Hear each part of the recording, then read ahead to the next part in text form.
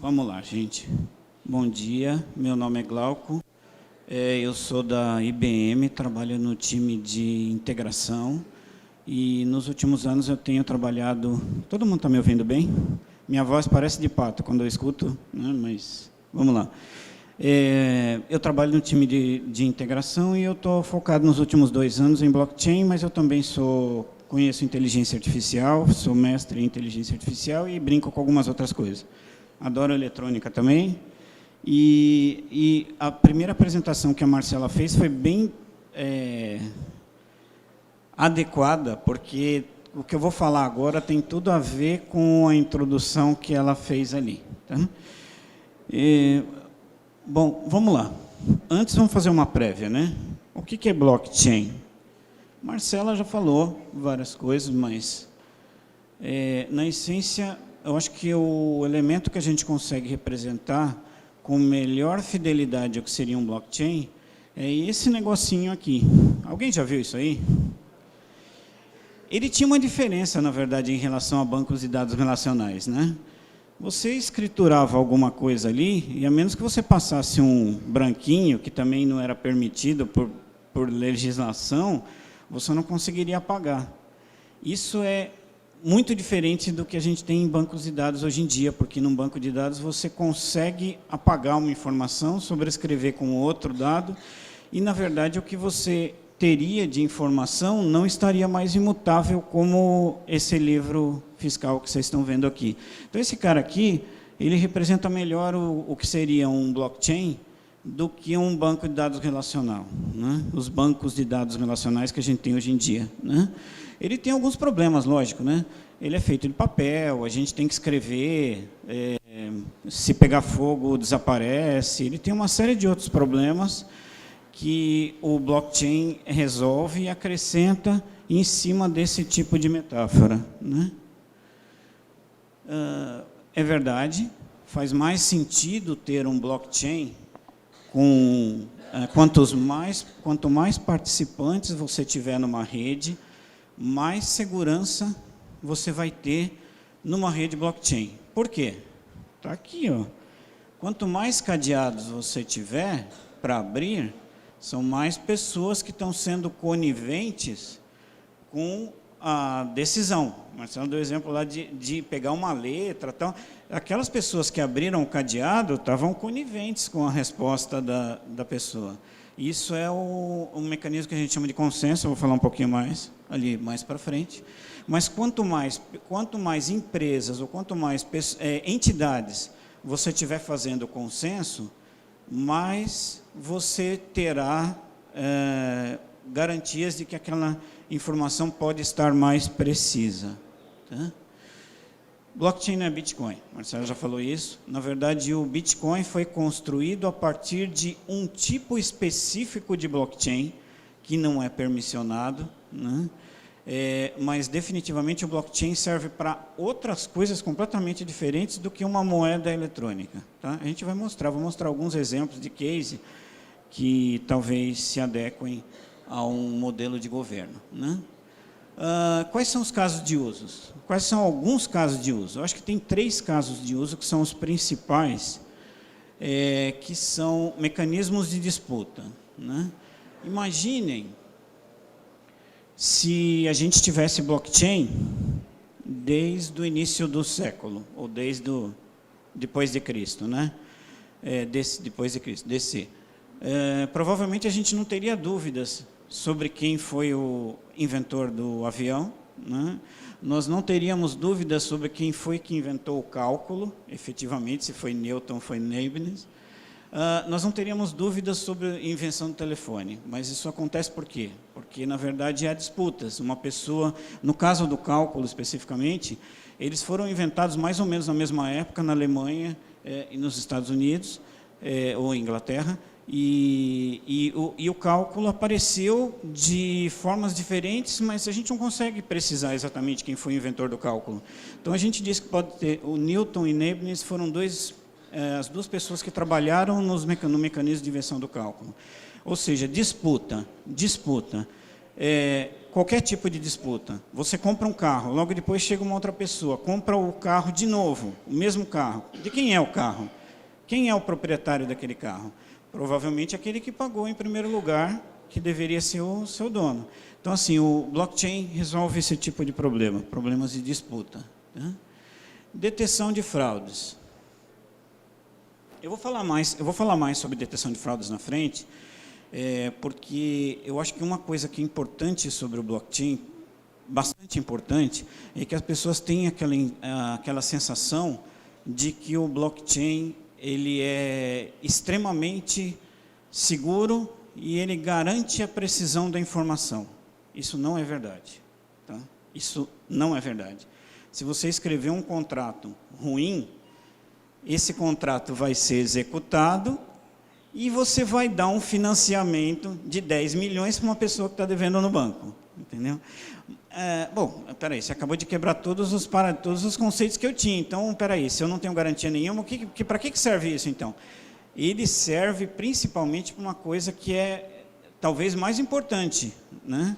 É rastrear, que é você poder, no momento em que você cedeu um financiamento de 10 milhões para uma pessoa que não tinha conta corrente positiva, na verdade você tem como rastrear e saber em qual passo, quem foi a pessoa, ou quem foi a entidade, ou quem foi que cedeu aquele financiamento. Então, a coisa mais importante que um blockchain tem é o rastreio, a capacidade de você buscar por um problema onde foi que ele aconteceu, mas ele não evita que problemas aconteçam. Definitivamente não evita. Ainda depende do programador, o programador vai cometer erros, os contratos vão ser escritos de uma maneira errada, terão que ser corrigidos. A única vantagem que ele tem é que ele vai estar tudo lá indicado. Ele vai indicar, cada vez que você publica um contrato novo, você vai ter quem publicou, quando foi publicado, o que foi processado antes daquilo, o que foi processado depois daquilo. Isso, por si só, é uma coisa bacana. Tá? Garantia de qualidade. Esse é o que eu acho que é o case mais bacana de todos, né? Imagine aquilo, um veículo é constituído por mais de 800 peças diferentes. Imagine se cada uma dessas peças tivesse um DNA, uma data de nascimento, né? Que eu pudesse, por exemplo, o amortecedor foi construído em tal empresa, com ferro que veio de um determinado lugar, e o amortecedor foi unido ali na suspensão com uma mola que foi construída por tal empresa, e você tivesse para todas as 800 peças, quem foi que construiu? O que a gente chama hoje em dia de recall seria muito mais inteligente, porque uma vez que deu um problema num amortecedor, por exemplo, você conseguiria rastrear todos os amortecedores que foram construídos por aquela empresa em particular, naquele período de tempo, e você só faria o recall daqueles veículos que realmente tem problema. Não é como é hoje, né, que a empresa vai lá, faz um recall, vem todos os proprietários de carro de janeiro a dezembro de 2018 tem que vir aqui para trocar. Nem todos precisariam, né? Então, imagina quanto uma empresa perde, né? Esse exemplo do lado de cá é um exemplo interessante, não tem mais lá para frente, mas as moças devem saber isso, obviamente. Eu não sabia até o momento em que eu criei essa apresentação algum tempo atrás. Um diamante é absolutamente distinto de todos os outros. As facetas que cada diamante tem não se repetem em nenhum outro diamante do mundo inteiro, nem que o joalheiro queira imitar precisamente um diamante. Se você conseguisse, na verdade, então, escanear todas as facetas que um diamante tem, e uma joalheria de luxo, por exemplo, ela colocar uma assinatura digital num diamante, e qualquer situação que aquele diamante fosse roubado, em qualquer outro país do mundo que ele estivesse tentando se vender aquele diamante, você saberia a procedência dele, de onde foi que ele foi comprado, quem foi comprado, de onde foi roubado, se for o caso, e, portanto, você conseguiria fazer um rastreio daquele elemento. Tá? Aí eu vou voltar para cá e vou falar assim, por que eu achei que foi super interessante aquela primeira apresentação, né? Porque, na verdade, isso poderia ter sido combinado, mas não foi combinado. Eu peguei exatamente a metáfora dela. Aliás, eu achei muito bacaninha isso aqui, né? Muito mais bonito que o meu, mas vamos lá. Eu vou só colocar alguns outros fatores que mudam só um pouquinho a história que a Marcela colocou para ficar mais para o contexto que eu quero explicar. É exatamente a mesma coisa, estudantes que estão numa colônia de estudantes, né? Eles têm que lavar louça, né? A Letícia, o Pedro, a Maria e o João, cada um deles tem que lavar louça num determinado momento, eles não chegam num consenso, resolveram instituir ali o chumbado no chão, esse aparelhinho aqui, né? Exatamente o aparelhinho, e cada vez que alguém lava uma louça, né, tem que haver um consenso de 50% mais um, ou 50% mais um. E daí o que acontece? Né? Aqueles 50%, o que é fazer o consenso? É abrir o cadeado e colocar a moedinha lá dentro, certo? A Marcela explicou, por isso que eu estou passando por isso de uma maneira mais rápida. Tá? Quais problemas? Quais problemas da implementação dessa metáfora? Né? Ou melhor, vamos voltar um pouquinho. Todo mundo entendeu a questão do consenso. Ou seja, vocês têm que ter 50% de aprovação de um grupo. Esses 50% de aprovação vão liberar algo. No caso aqui, foi abrir um cadeado e colocar uma fichinha ali dentro, certo? Isso é um mecanismo de consenso. E o que é o blockchain? Blockchain são as fichinhas que você está vendo ali dentro, certo? Aquilo ali é o blockchain, né? Mas quais são os problemas que essa implementação tem? O que tem de problema isso? Tem alguns, né? O primeiro problema é que você tem que ter a presença de 50% dos participantes, certo? Eu estou na metáfora ainda, da Marcela, certo? Um estudante está viajando para fazer uma apresentação num congresso. O outro estudante está doente e resfriado em casa. Aí o outro estudante, sobraram dois, um deles tem que lavar a louça. Como é que eu faço, se um deles lavar a louça, como é que eu faço para colocar uma ficha ali dentro, se com 50% eu só abro 2 cadeados e eu não consigo colocar a ficha ali dentro? Então, assim, um dos problemas que essa implementação tem é que eu preciso da presença de 50% das pessoas para poder abrir 50% dos cadeados. Certo? Essa é uma questão, né? Outra questão é assim, o algoritmo de consenso não é... bom, eu vou falar sobre cada um deles, espera aí. Vamos lá.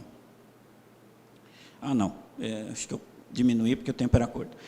O algoritmo de consenso não é trivial. O que quer dizer isso, né?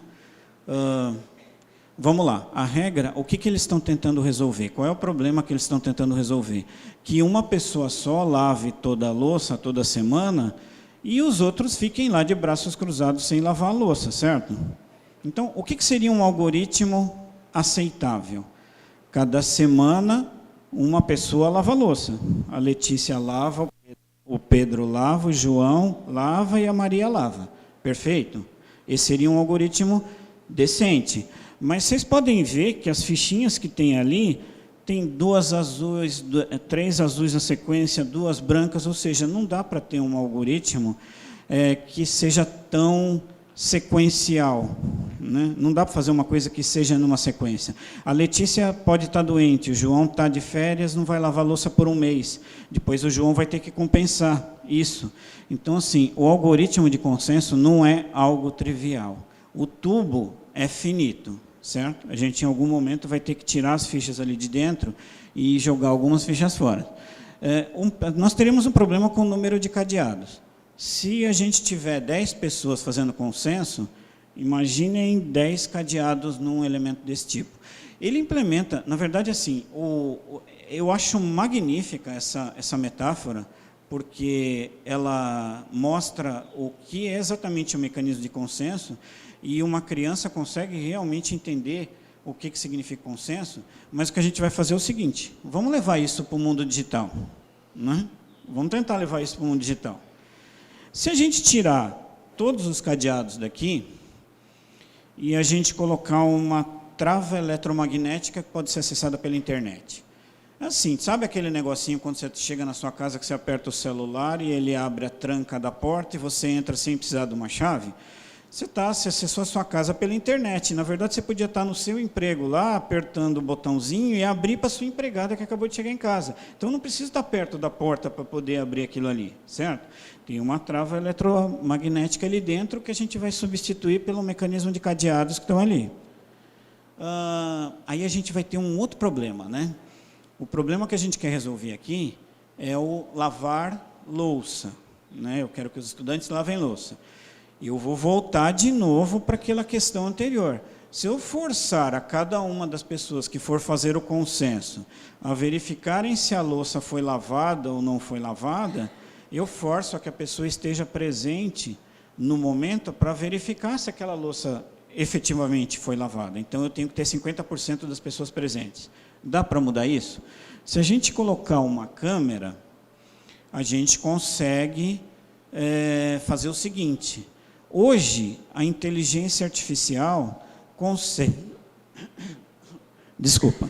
Hoje, a inteligência artificial consegue olhar para uma imagem e tecer algumas considerações sobre ela. Por exemplo, nessa imagem aqui, a inteligência artificial não sabe o que é discernir o que é bagunça de não bagunça, certo? Até porque o conceito de bagunça que o meu filho tem não é o mesmo que a minha filha tem, não é o mesmo que eu tenho e não é definitivamente o mesmo que minha mulher tem, né? Lá em casa a gente tem um degradê assim, né? Do caos absoluto para a limpeza perfeita, né? Nós temos um degradê. Mas ele consegue fazer algumas coisas. Por exemplo, ele consegue identificar que tem copo. Se tiver um resto de comida, ele pode identificar que tem salada. Talvez ele identifique um copo com um pouquinho de suco, né? Um copo com suco ou com café. Ele consegue identificar elementos dentro da imagem que indicam se aquilo ali representaria uma sujeira ou não. Certo? Perfeito? Até agora? Então, o que a gente faria? A gente colocaria uma câmera virada para a pia e, portanto, não dá para manipular a fotografia, porque a fotografia está sendo tirada, a câmera está aqui, na verdade, olha. Essa câmera está ligada em um dispositivo eletrônico que está tirando a foto pela internet, né? É que nem aquela câmera que você coloca assim no teto da sua casa, que você vê as imagens da internet. Não dá para manipular aquela imagem, né? Até aqui, tudo bem? E o contrato, né? O que é o contrato? Bom, contrato é alguma coisa que torna um mecanismo de consenso. O que é um smart contract, né? É alguma coisa que torna um mecanismo de consenso ou alguma coisa digital. Então, o smart contract é um programa de computador, ponto final. É um código. Precisa de um programador para codificar um smart contract, né? Só que é um programa que faz o consenso, ele tem que ser executado em vários computadores diferentes, e se todos os computadores gerarem o mesmo resultado, significa que aquilo que você está querendo fazer é válido, né? Isso é um mecanismo de consenso, é um programa de computador.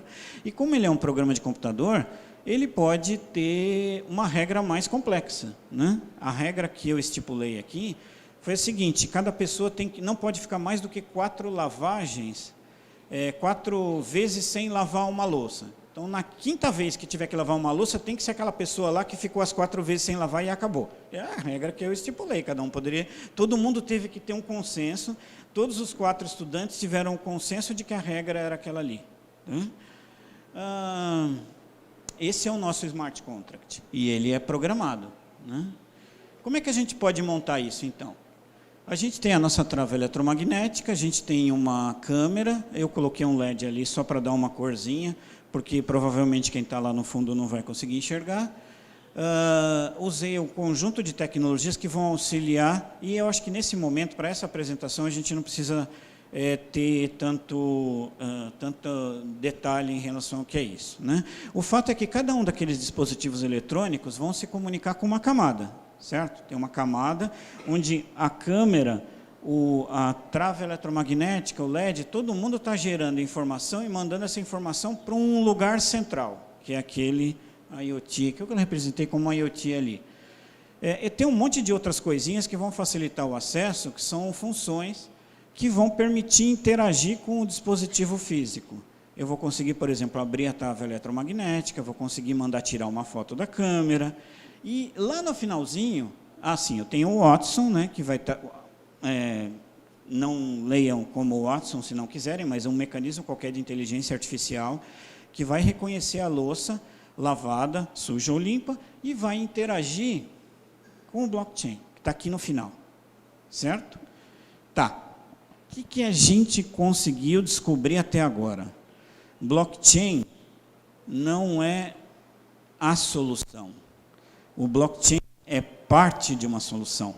Não dá para pegar um blockchain, colocar dentro de uma empresa, falar agora está tudo sendo validado. Tem toda uma questão de input da informação dentro do sistema. Pega vamos pegar um exemplo bobo, assim, que eu já usei algumas vezes. Aquele negócio de pegar o peixe na praia, né? Aí o peixe vai para o caminhão, do caminhão ele vai para o estoque, do estoque ele vai vai andando até chegar no mercado, certo? E se o pescador não tiver como imputar dentro do blockchain a hora que ele pescou o peixe e qual era a temperatura da água e que horário que ele pescou aquele peixe, aquela informação se perdeu. Cada vez que você, numa cadeia de valores, que você não imputa uma informação no blockchain, é algo que poderia lá na frente gerar um resultado ruim ou problema para algo. Então, o maior problema, nós temos algumas questões com o blockchain. Primeiro, ele não é uma solução única. Ele tem outros blocos que estão ao redor dele que precisam ser codificados para dar suporte, né? Por exemplo, dar um telefone celular para o pescador com um botãozinho que ele vai apertar lá toda vez que ele colocar um peixe dentro do caminhão para que a informação seja imputada lá dentro do blockchain, certo? E para cada outro aspecto da cadeia de valor, né? Isso é fundamental, tá?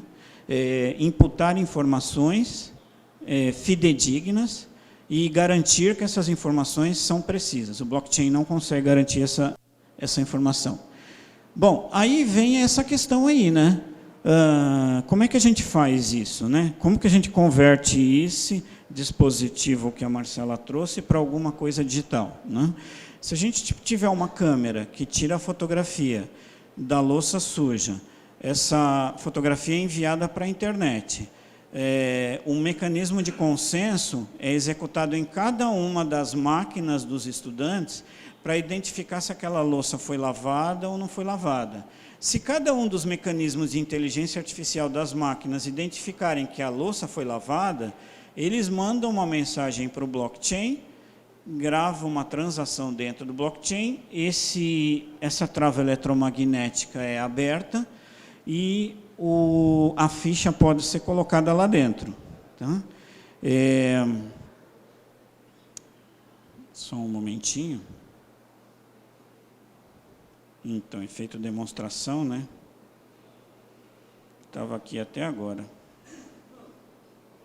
Agora voltou. Olha só. Eu estou do meu celular, aí eu vou fazer esse processo todo de clicar no IoT. Ele destravou a trava eletromagnética, eu coloco a moedinha ali dentro. Daqui a pouquinho, fechou de novo a trava eletromagnética, eu não consigo mais colocar a moeda lá dentro.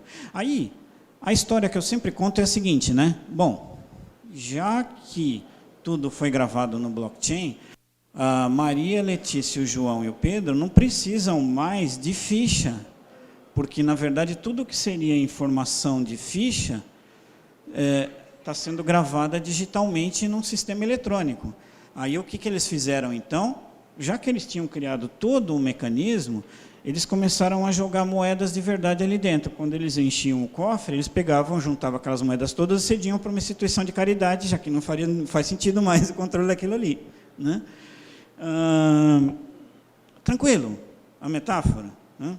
Parece que foi combinado, mas não foi combinado. Eu nem sabia. A hora que eu vi que ela trouxe o dispositivo, eu falei, nossa, que coisa legal. Bom, Vamos voltar para cá, né? Essa é a telinha que está no meu celular, né? Ele tem uma... na verdade, eu fiz as chamadas todas separadas, né? Eu tenho uma etapa lá em que eu faço o upload da imagem da pia. O Watson faz uma análise. Essa análise indica se a pia tem elementos de sujeira ou não.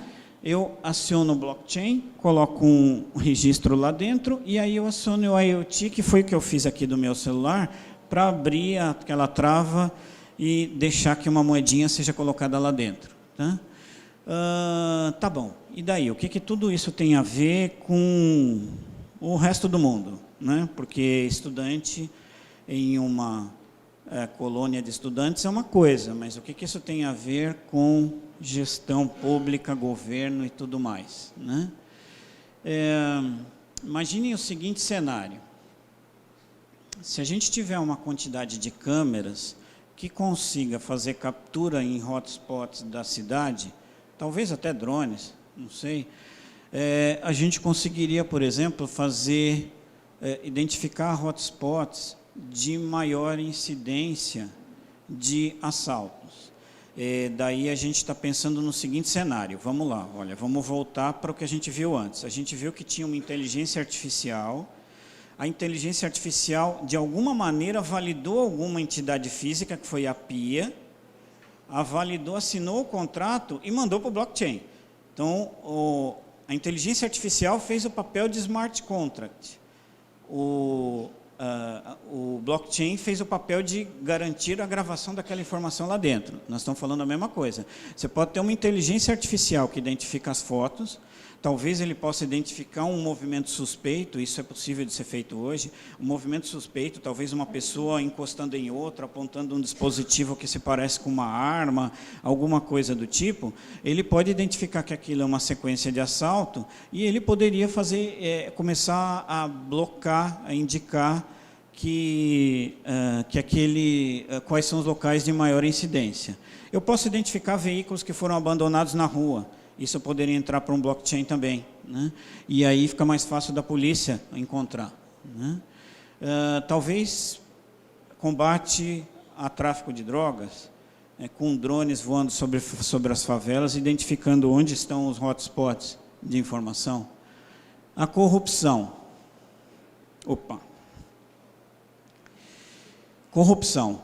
Se todas as licitações passassem por um blockchain, a gente não evitaria que a corrupção acontecesse, mas a gente faria com que fosse mais fácil de identificar quando houve a corrupção.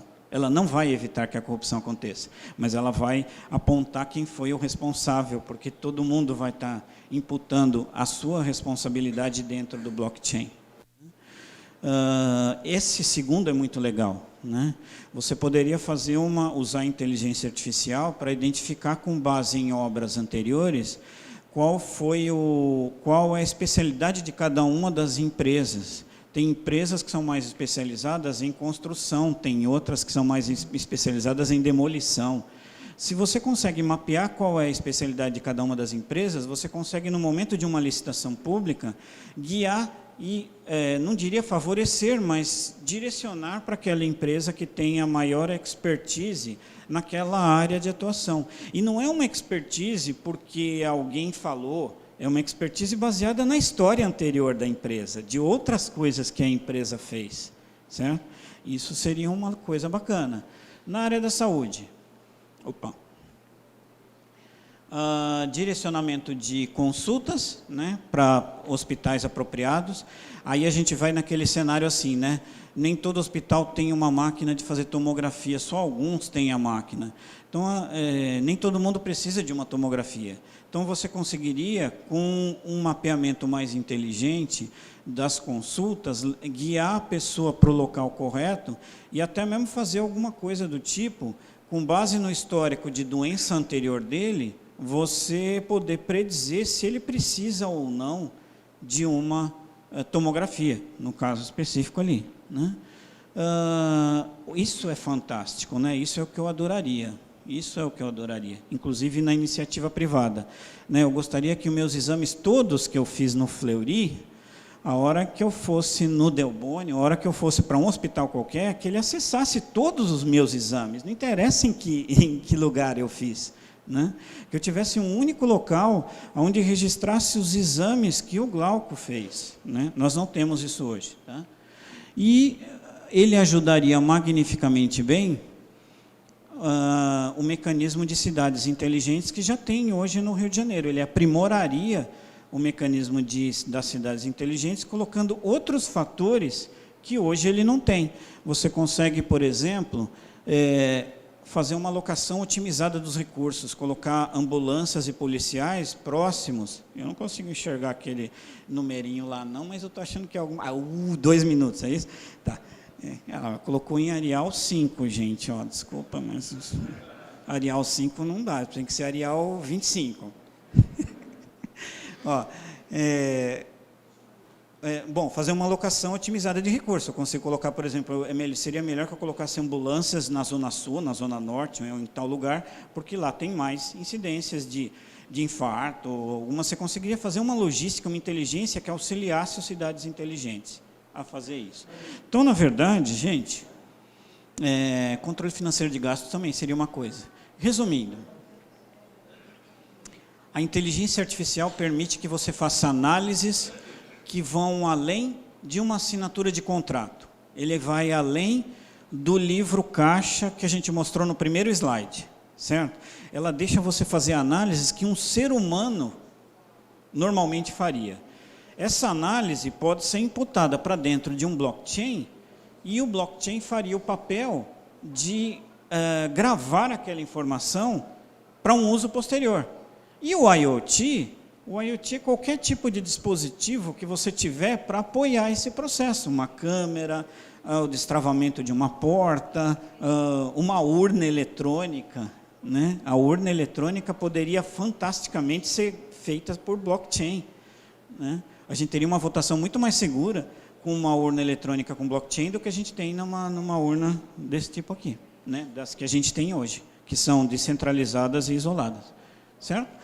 Aqui tem algumas coisas que vocês podem buscar na internet. Tem um vídeo desse dispositivo funcionando, né? Eu colocando moedinha ali dentro e tal. E eu acho que é isso, gente.